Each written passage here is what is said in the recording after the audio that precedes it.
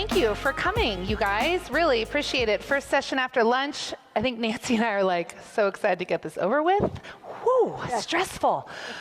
So my name is Katie Moe. We'll do formal introductions. We wanted to welcome you guys to our presentation. Ooh, it works.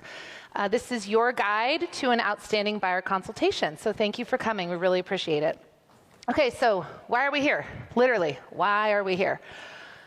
I've been a partner since 2019 here with Side, and the events that I've been fortunate enough to attend, every single time I walk away, I am blown away by the growth mindset, the abundant mindset, the sharing, the things that exist in these sessions, at lunch, at dinner, at networking. So we're here to learn. This is why we're here, and we're just thankful that you have chosen to join us.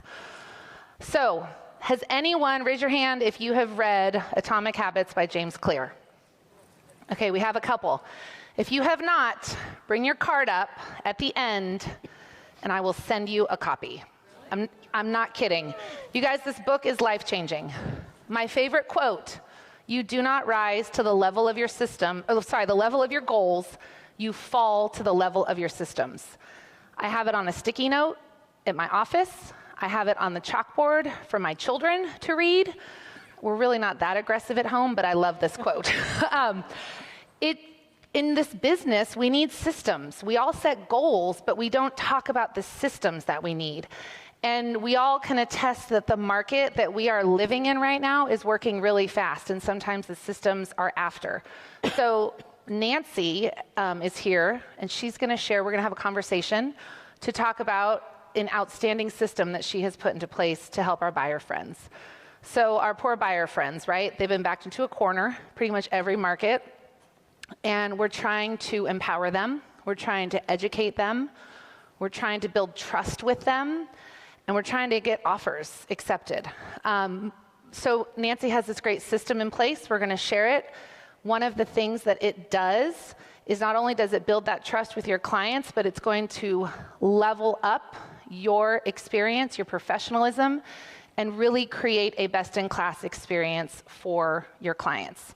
So without further ado, I would like to introduce Nancy Reynolds. I'll let you introduce yourself. Hello, I'm Nancy Reynolds, and I'm with Rainmaker Real Estate. We are in Silicon Valley. You guys probably all know where that is. If you don't, it's about 40 minutes outside of San Francisco in California, and we love to sell real estate. Awesome. And again, I'm Katie Moe. I'm the moderator. She's got the meat and potatoes. We're going to talk, and I'm a founding partner with Connect California Homes in the Tri-Valley area. Okay, so Nancy is here. I want to give you a little bit of her track record. This is for 2021. This process that we're about to talk about, this buyer consultation process, she did this 61 times last year. Last year, she also had 25 buyer closings, and her buyer, that's your buyer volume, right? Buyer volume, 48.8 million. So she knows what she's talking about. So without further ado, Nancy. Yes. It all starts with a call. What happens when a buyer calls you? Yes. So you get a lead or you get a referral, whatever it is, but you have a new prospect.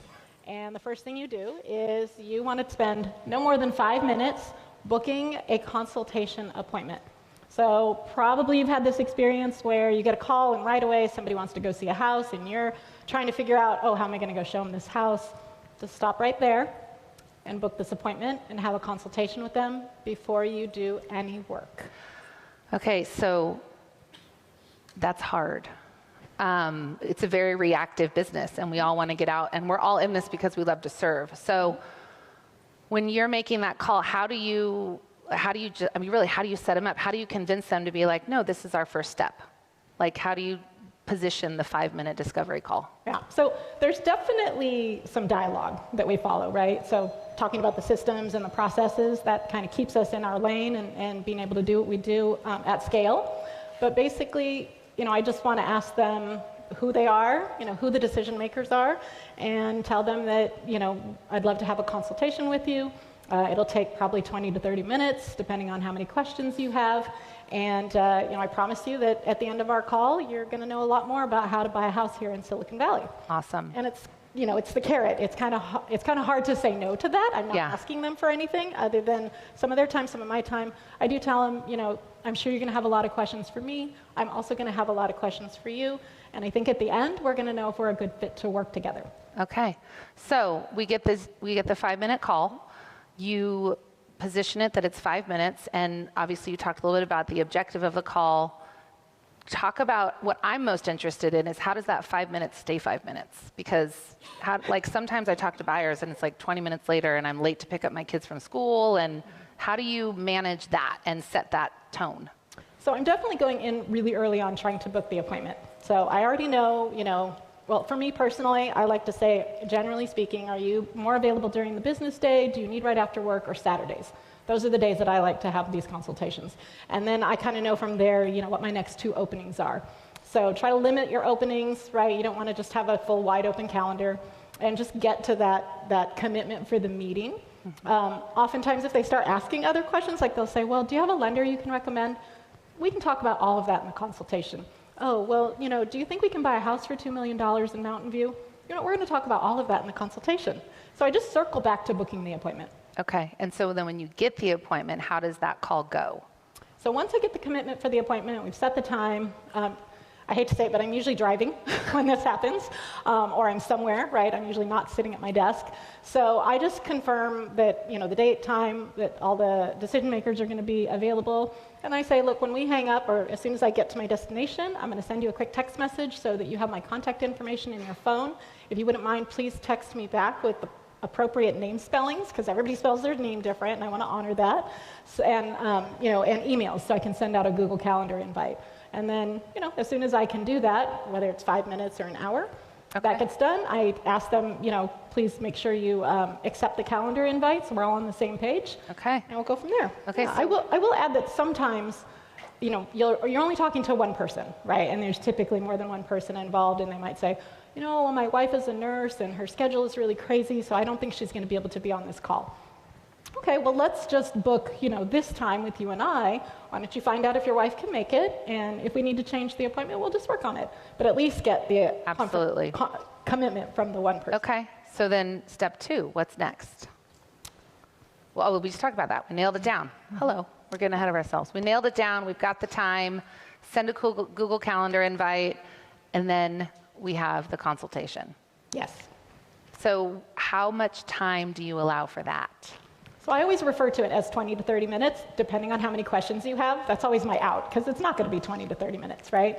On my calendar, I actually book a whole solid hour, but they typically are less than an hour. Do you feel that from the 5-minute discovery call, you have enough information to prepare? How much, are there key questions? Because you want to go in a little bit prepared. They may throw some stuff out, but you want to make sure you've got everything set up for that initial consultation. That's a great question. So I think that's a personal choice as far as agents go or partners go, depending on how you like to do it. We have some partners in our office that like to Google people and be really super prepared for everything. I actually really operate on fit and just, do we jive, our personalities? So I actually don't do all that. I like to just show up at this meeting, see them face to face, whether it's on Zoom or hopefully we'll be meeting in person again, which, side note, when we can meet in person again, that 31% of closings I had out of the 60 appointments, that should be more like 70%. But on Zoom, there's a little less skin in the game for the buyers, so it's a little harder. Agreed. But back to what you were asking about, it's based on fit. Yeah, based on fit. And so I just show up and I kind of see how the fit goes. And I think because I work in kind of a limited market, 2 counties, and I work with a lot of sellers and buyers, I'm pretty knowledgeable about the price points. If somebody says, I can only spend $1.5 million, but I want these level schools, so on and so forth, in the meeting I can kind of guide them to where they can probably have success. When you're in the meeting, are there any key questions that you have, through your experience, been like, oh, this is a good one, or this is how I'm going to hook them, or this question really opens up conversation? In the consultation, no. I think it's also a little bit formulaic, right? So we want to know what their timeline is. Do they have another house that they have to sell in order to buy, right? And sometimes you have to ask that question a couple of times, because maybe they don't have to sell that house before they buy, but you want to know, do they have to sell it after they buy? Because that could be a listing, right? Or maybe the house is in another state and you're going to refer them to somebody. What's their timing? Do they have a lease? Do they have to break their lease? Of course, sort of their ideal location, where do they work, et cetera. And then, where are they at in the financing process? Ideally, hopefully, they haven't done anything, and they're going to be open to, working, or at least consulting with our lending partners. And then also sometimes you learn a little bit more. There might actually be some other influencers in the process, parents or something like that, even if they're not going to be on the contract. Yeah, we love those. Yeah, so you just kind of try to set the expectation for how we all need to be communicating together at the same time. So looking at this, the last bullet, set expectations about working together, and then on the other side, in bold, close on the commitment to work together. What does that mean? So that, for us at Rainmaker, that means signing a buyer representation agreement. That's the ultimate commitment. So that's right. Yeah. I know that probably sounds a little foreign, and every market might be different. I didn't always do this before, but I like it a lot better now that I do. We always asked for the commitment. It just used to be a handshake, basically.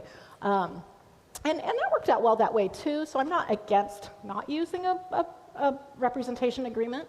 But I think in today's day and age, the reason I like to do it is because people kind of think that, realtors are just going to do all this work for you, and you don't have to pay them anything because you're the buyer, when really you're actually paying them because you're bringing the money to the transaction, right?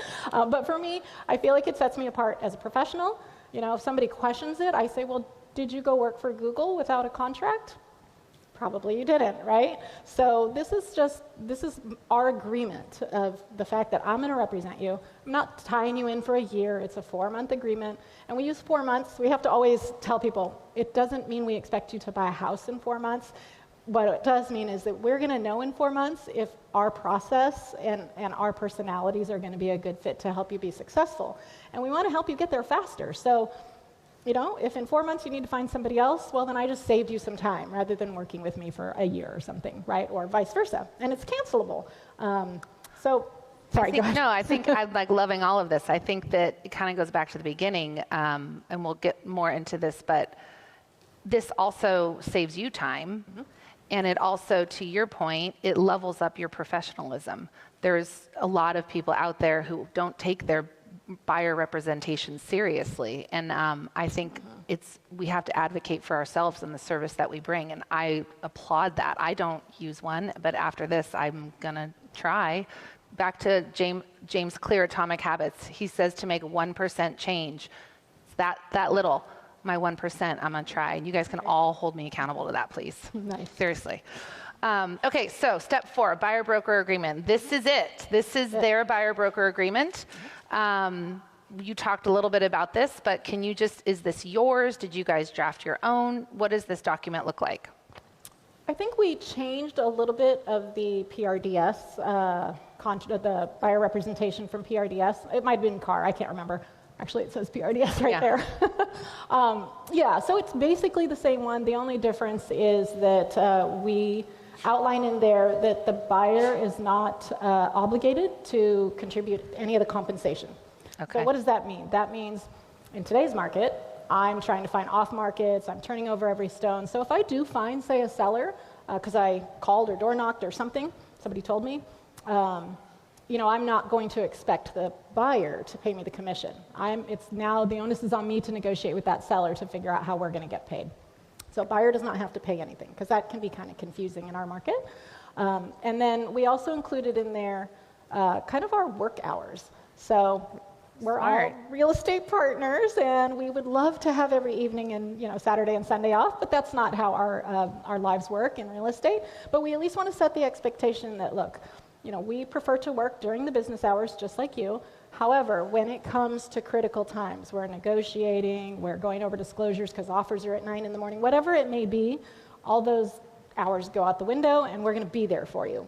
But in general, if you're going to text me at 6:30 at night and I'm at my little one's soccer game and you just have a question about Mountain View, it's okay if I don't get back to you till the next morning. So just kind of setting those expectations. It's one of the greatest things we can do in this business is set our boundaries with our clients so that they know we're here when they need us, but we also have lives. So I appreciate it. Thank you for sharing that. Okay, I love this part. I was a camp counselor. I went to school to be a teacher. The education and empowerment of each other and our clients, I love. This is really amazing. Talk to us. What does this mean, education empowerment? After you have the commitment, step 5. Yeah, definitely part of the selling process in the initial consultation is one of the things that we do that I think sets us apart is that we do this thing we call a BOSS. It's a buyer offer strategy session. So if you sign the agreement, if we all sign the agreement, then the next step is we do this buyer offer strategy session. It's about 90 minutes, again, depending on how many questions they might have. But this is where I'm going to walk them through the whole contract and explain the paragraphs that they need to know. I mean, I can talk to the entire contract, and I do say something about every paragraph, but there are certain sections that are, the sections that represent where they're making commitments, where they're taking risk, and I want them to understand all of that. I don't want to do this the night before we're writing an offer. So we front load this education and help them feel like they now understand the process, and they can just go out, get their financing. Once those two things are done, and we have a fully underwritten pre-approval, so we know no chance do they have to put in a loan contingency, right? That knocks one thing off. We've vetted their finances, so probably they don't need an appraisal contingency. And then it's just property when it comes time to writing the offer. But get them to understand everything that they're signing, so now they can just go out and have fun looking at houses, and then we get serious when it's time to write an offer. So I think we have a slide about that. Okay, so the BOSS, you talked about that. The Empower and Education is just kind of the umbrella that you talk about, what you guide them through until they get a house accepted, or a contract accepted. Yeah. The BOSS is a formal meeting, another appointment that you set. Do you have clients that are like, oh no, I don't need this? I mean, so what do you like? What are the objections, or how do you get them in there? Yeah, so new buyers are totally all about this, right? It's your buyers that bought 6 years ago, or your buyers that bought 20 years ago, or something, right? Or they already bought a house in Detroit and now they live in California. So those ones are a little bit harder because they kind of think that they know everything, and everybody's busy. So to say you're going to give up 90 minutes of your time to learn about this, it can be, some people can be resistant, but I mean, basically we have to do this, you have to become a boss and get your financing, or we don't look at houses. And I also think that in so many other facets of our life, you have a pre-consultation, you have a pre-op, you have a post-op, all these things when you're going into these very serious, life-changing situations. So again, back to establishing yourself as a professional, you take this seriously. We're buying a house. Like, this is a big deal, so this is worth your time. So I love that. Are there any, key things in that? I mean, I think also as in the state of California, our purchase agreement just changed in December, and I think to the experienced buyers, that's part of the process. These people that they think, oh, I bought a house a couple years ago. Oh no, well, it's all changed. Yeah. So I think that I appreciate you sharing that you kind of handle everyone the same. Everyone needs to be a part of this journey to get the house. Yeah. I'm going to mention one more thing. Because the really important thing at the end of the BOSS is, so first of all, if you're still doing letters, I want them to understand the value of writing a buyer letter, and the fact that a lot of agents aren't even going to look at a buyer letter. Maybe their companies don't allow them to. So I want them to be prepared for this, because these are all things they hear in their workplace, amongst their friends, right? So I want them to understand from somebody that's doing it 7 days a week, really what their options are and why and when to do it. But at the end of the BOSS, I put them through a multiple offer exercise. Oh, that's so awesome. I say, okay, you're putting on a seller hat. You hired me to sell your house. We listed it for $3 million. Offer day comes. I bring you these 6 offers, and it's all in a spreadsheet. It's actually exactly what we show our sellers when we're presenting offers to them. And I explain to them what each column means, and then I just put it on them and say, okay, so Mr. and Mrs. Smith, here are the offers. What would you like to do? And then I just be quiet. They talk amongst themselves, they kind of have fun with it, and then they tell me what they would like to do. And I can tell you that about 95% of the time, they will come to the conclusion that they should pick the best offer, right? So there's 2 things going on here. One, I'm sort of selling myself for listing their house later, okay? But they're going to do that. And I say, bingo. That is what the majority of listing agents and their sellers are going to do. They're going to pick the best one. So what does this mean for you? This means that you need to be prepared to write offers that are going to win. You can't leave a little money on the table for negotiation in this market today. Okay, so I'm setting them up for this kind of, let's only write offers on houses that you're willing to jump through hoops for, because that's what you have to do to win. And why do we not want to write I say we don't write offers in vain. And what I mean by that is, if you just write an offer and you're like, and I'm like, look, I think it's going to go to $3.5 million. And you're like, well, I'd buy it for 3.3, so that's all I'm going to write. And I know, because I've negotiated with the seller's agent, I know the community, whatever. I'll say, we're not going to submit that offer because that's one more offer on the pile, which is just pushing the price up higher. And guess what? When you don't get this, next week, when the next one comes up, you're just going to pay more money. So let's not make it harder on yourself, right? So I prepare them for this in this multiple offer thing. Now, on the sort of subliminally selling myself as a listing agent, I will include, okay, now, you did what most people are going to do. But if I was really selling your house, we would absolutely negotiate and counter, okay? But that's not the agent we're probably going to go up against. So that's the closer on that. That's interesting. I like the duality of it, but I also like the idea, in our market, we're not really seeing counter offers, quite honestly, or multiple offers. It's just kind of highest and best. Yep. But I like the idea of pushing them through that more, just to make them start thinking. We've all been there when clients write a great offer and all of a sudden they receive a multiple counter and the emotions go off the cliff, and it's almost to like protect them and prepare them for that mental state that you might be in when you get a multiple counter. Yes. That's awesome. Okay, wow, that was fast. We went through that really fast. Well, I can talk about one more thing in the education and empowerment. Yes, please. I'd love to see a show of hands. How many of you walk your buyers through the full disclosure package, at least on the first house? Nice. So a lot of you don't, which I think is kind of how we're taught, right? Because it's really the onus is on the buyer to read all that stuff and decide if they want to buy the house. So what I tell our my buyer clients, is on the first one or two houses, we're going to have like a 45 to 60-minute phone call all about disclosures. I'm going to read them. I'm going to summarize them. I'm going to tell you all of the important things, both good and bad, that you need to know about the house so that you can make a decision, right? So you know how it's going to affect you if you buy this house. And we only have to do it one or two times, and it seems like a lot of work, right? You're like, oh, I got to have a call at 8 o'clock, it's going to last an hour. But you do it one or two times, and quickly our buyers become very savvy. Mm-hmm. By the third or fourth house, I give them the summary, and then we get on the phone, and it's 10 minutes, like, what's your questions? These are my questions. Okay, boom, let's go take care of it. Because now they know what to look for. So, in the end, when we're done, and we have a house sold, and we have a commission check, what do we want next is we want a great review, right? An online review. We want them to send their friends to us.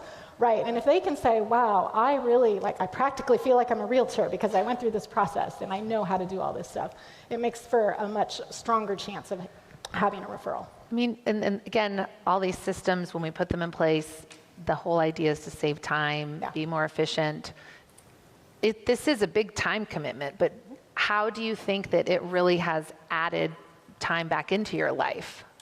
So it has added a ton of time back into my life. If you're working with buyers, they can be a total time suck, right? We're looking at 50 million houses. We'll just, this cuts all of that out because it prepares them way up front. So starting with the buyer broker, definitely there are buyer prospects that just won't sign it. Like I've had people say, yeah, you know what, I just don't sign agreements. Mm-hmm.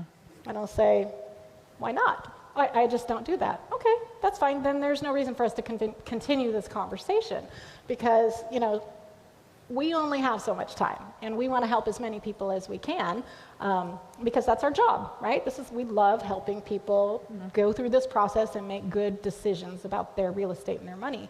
And so it kind of weeds people out.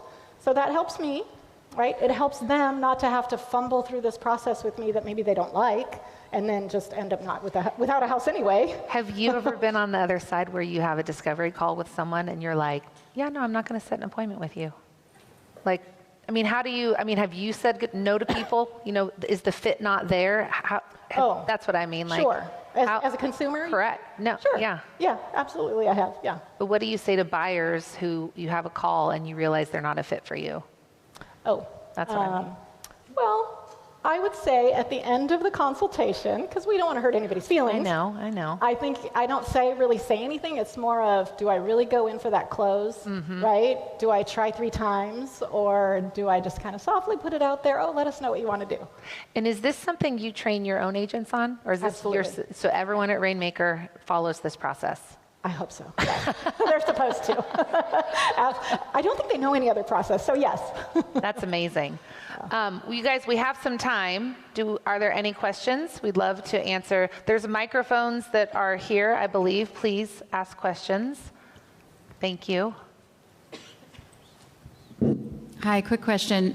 What does your lead pillars look like? So are you paying for leads and then you're declining them if they will not meet for a consultation? Or what does your lead pillars look like? So our lead pillars are probably the number one is from Yelp reviews. And yeah, there's some money that goes out, from Rainmaker for advertising on Yelp. And I think that's the only source that we're paying for right now. So sometimes we get like OpCity, right?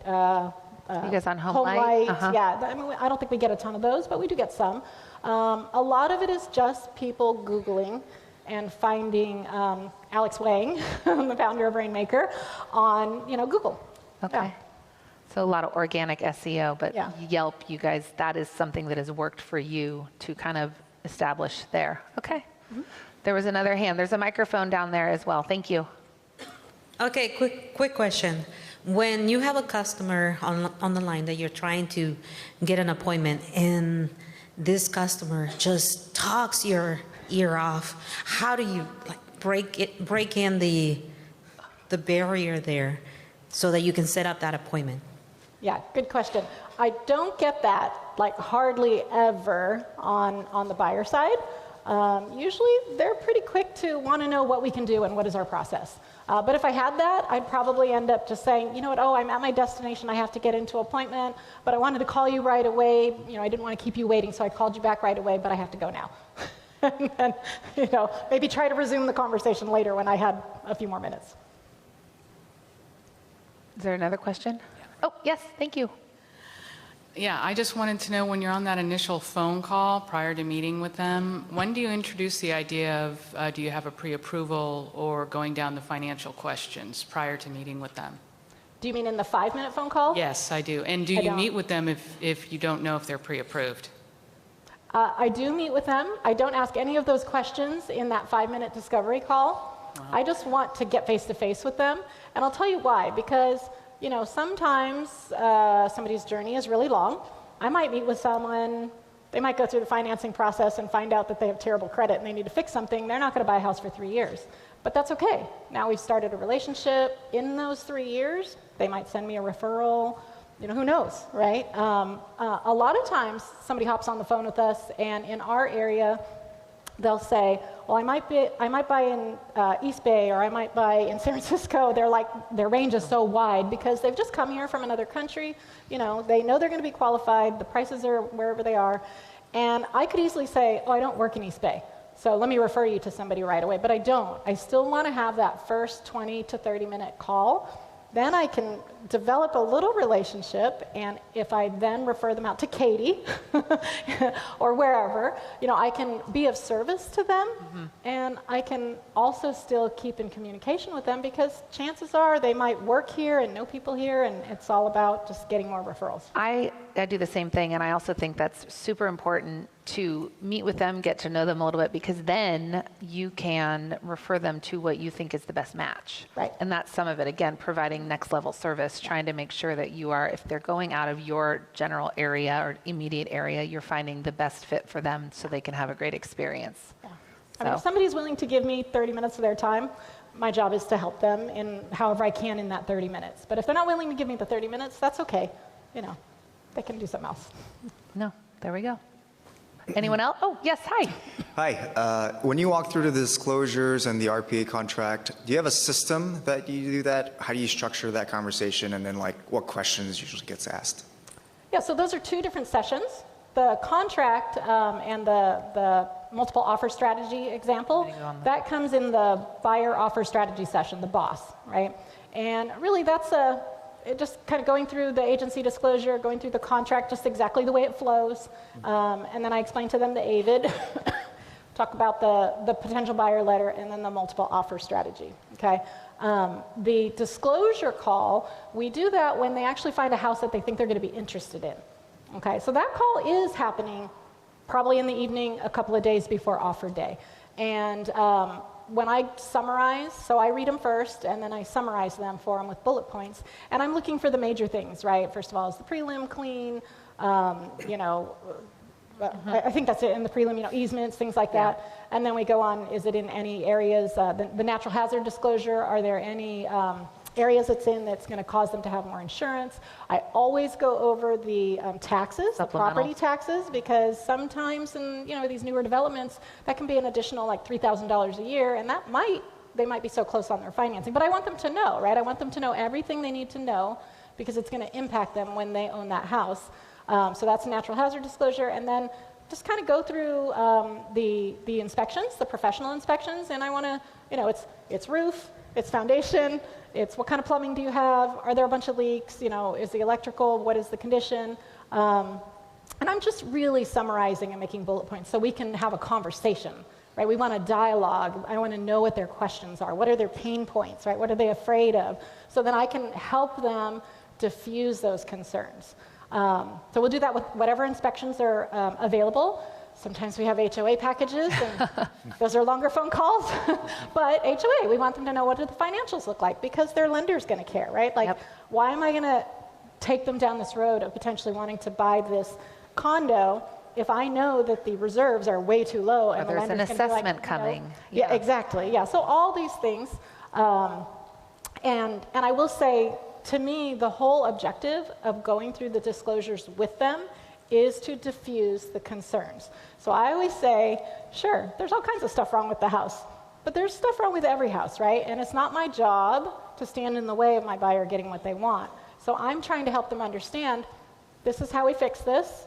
If I happen to have some experience of how much it might cost, I can share that with them. If I don't, then obviously I can't, right? If there's time, we could maybe ask a professional. But that's all, so it's all the inspections and then any other disclosures. Now the TDS and the SSE in CAR or SPQ and PRDS, I do tell them, you need to read those yourself. I'll scan them, of course, but I don't bullet point those. And I said, because these are from the seller and it tells you about the house. And HOA, I do point them to the page in the file that, you know, rules and regulations you have to read. You know, parking, storage, rental restrictions, you have to read those things, newsletters, because that's going to affect how you live there. I can help you with the financial stuff and, you know, kind of the higher level stuff. Does that answer your question? That was a really long answer. Thank you for answering. Could I do a follow-up question? Sure. If a buyer cancels the agreement, how does that conversation usually go? Like, have you had a buyer cancel on you? And then do you try to regain their business maybe down the road if they're taking a break or just for whatever reason decided to stop searching? Yeah, so that depends. I will say the couple of times that we've had buyers want to cancel, one was early on in COVID, and I really think it was just like everybody needed to have some grace. You know, we definitely let some things drop, and they were not assertive enough themselves to kind of come to us. So by the time we got to that point, we were able to save them. I mean, basically, we apologized, owned up to it, didn't blame it on COVID, even though I do think that was kind of, we were all kind of going through a weird thing, and just asked them to give us another chance. And 3 months later, they had the house of their dreams.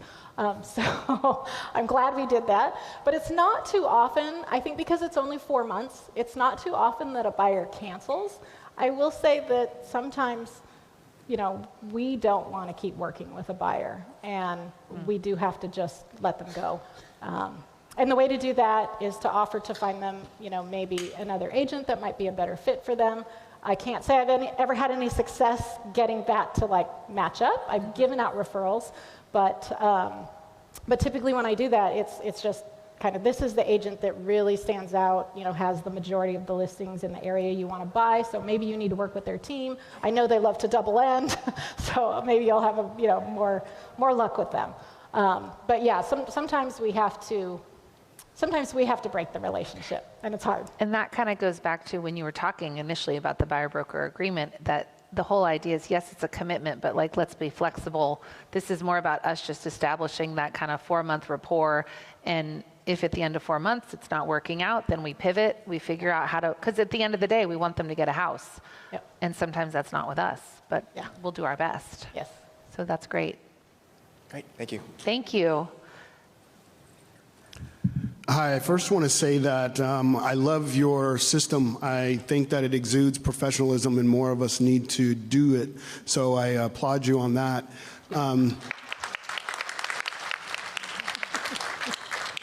However, I am going to play devil's advocate and say we're in a very fast-paced market and things go very quickly. So we get a lot of panic calls from buyers wanting to see the property and possibly get an offer in as soon as possible. How do you overcome that objection with a buyer by telling them you have to go through this process and that might slow things down, and by the time you're done, the home is pending?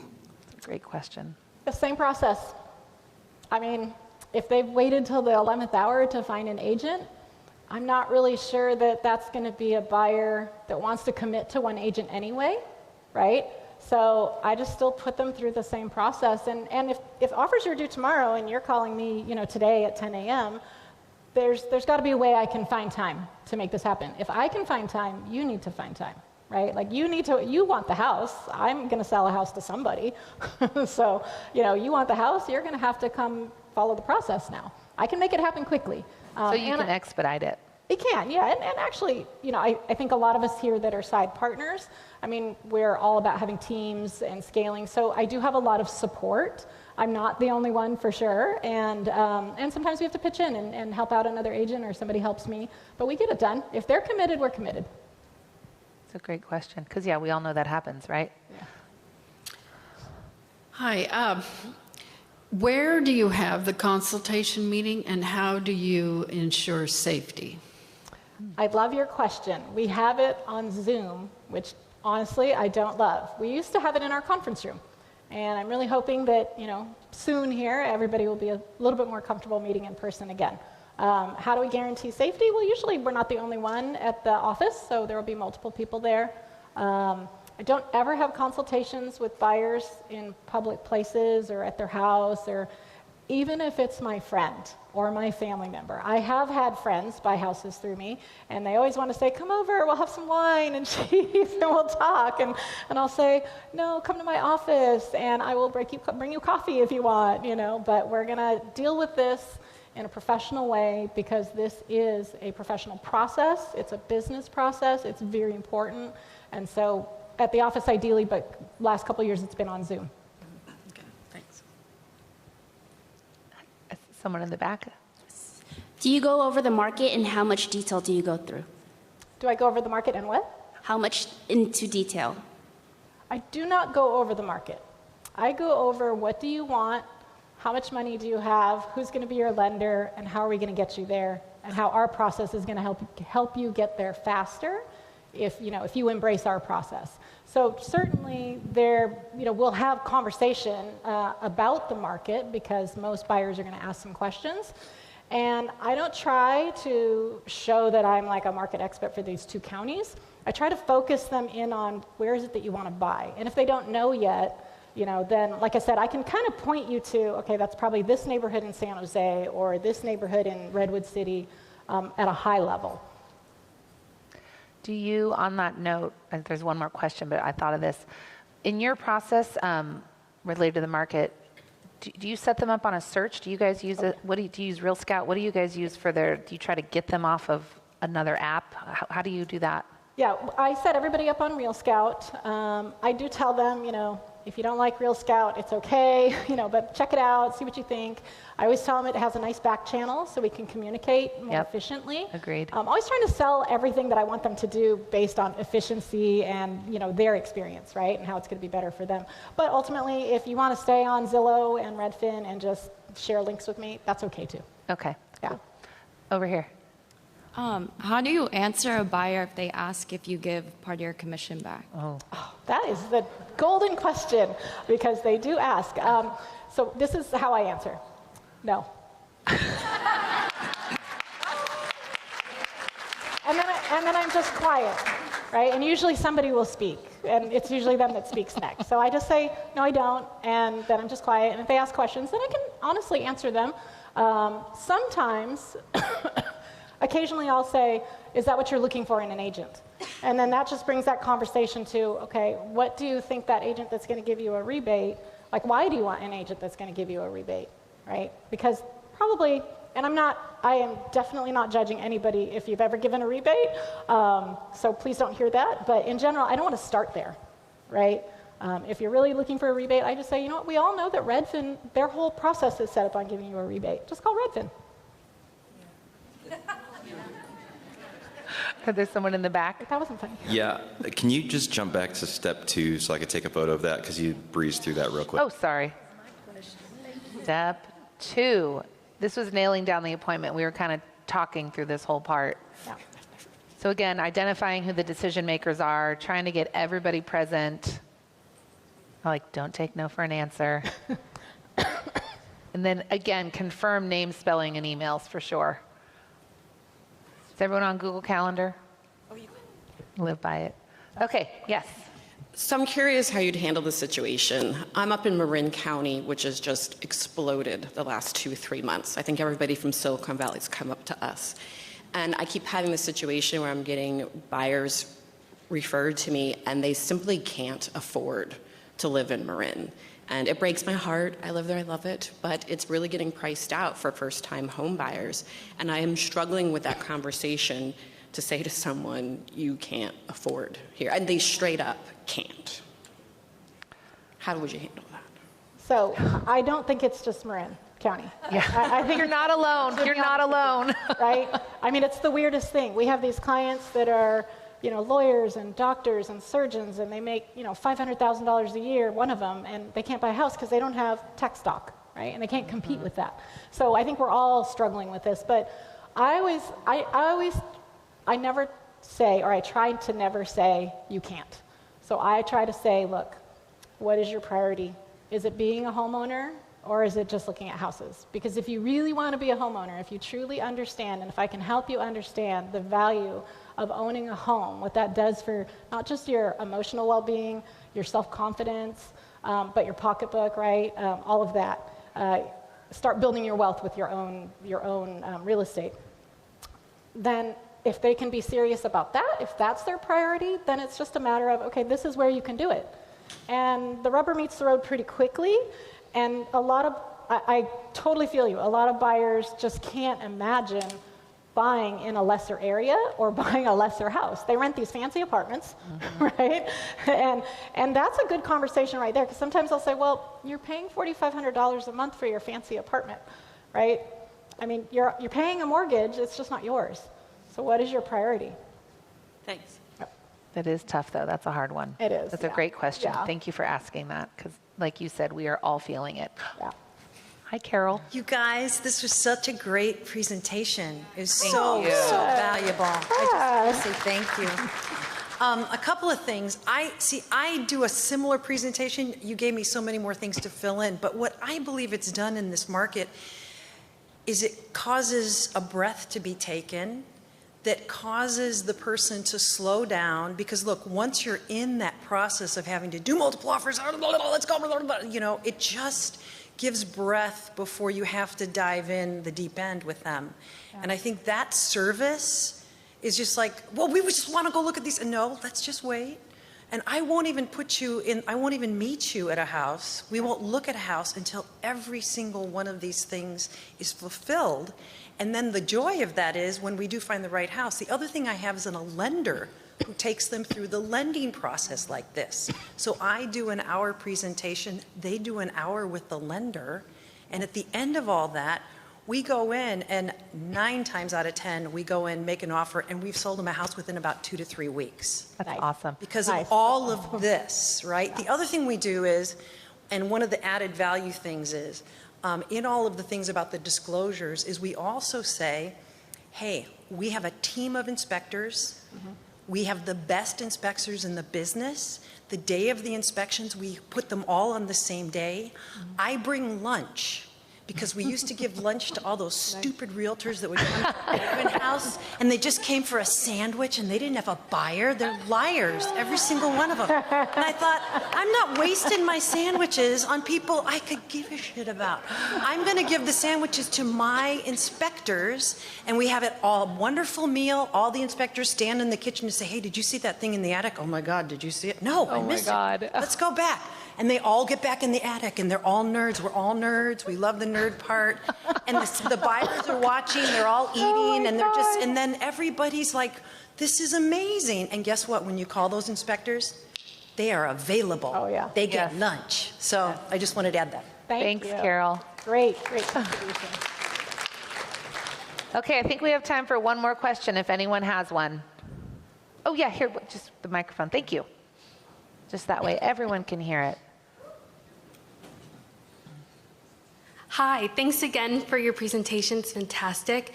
My question is with regards to when you have that consultation with the clients and perhaps you discover their timeline is like 9 months or a year out. How do you spend, the rest of this process, taking them into that boss meeting? How far out are you doing that? Or are you, warming them up, cultivating them in other ways before they're really ready to start jumping into the process?